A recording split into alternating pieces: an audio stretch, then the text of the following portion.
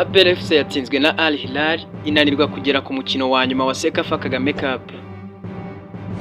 Ikipe ya APR na Al Hilal Omdurman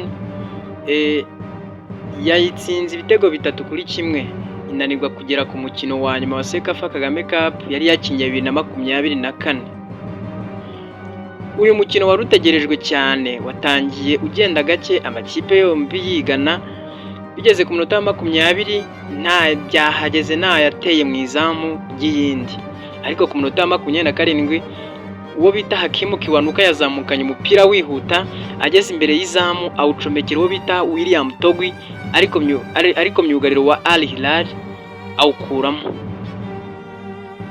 Muri iyi minota APR yasatiraga cyane, Memeri Dawe yacomekeye umupira mwiza awuhindura imbere y'izamu, usanga William Togwi atsinda igitego cya mbere ku minota 30.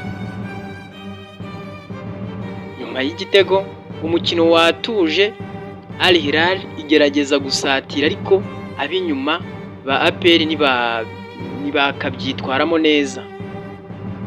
Igice cyarambere cyarangiye APR yatsinze Al Hilal igitego 1-0.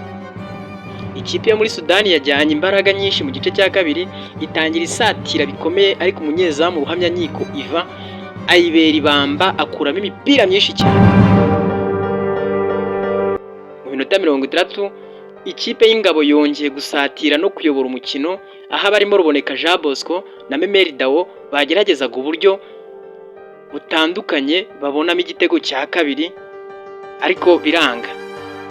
Ku minota 70 Al Hilal Soccer Club yishyuye igitego cya mbere ariko umusifuzi w'igitambaro avuga ko habayeho kurarira bityo icyabarwa.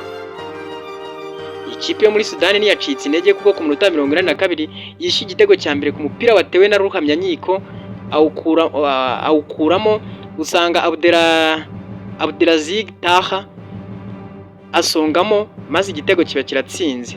Umukino warangiye amakipe yombi anganya igitego 1-1 bityo hashyirwaho iminota 30 y'inyongera.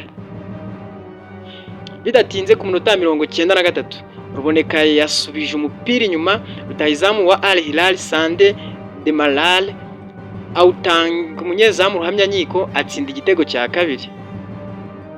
APR yacitse intege, ikipe yo muri Sudani itsinda igitego cya gatatu ku minota 106 aho cyinjijwe na Ahmed Salim nyuma y'uko umupira wakuyemo na Ruhamya Nkiko awuhinduye Jean Claude.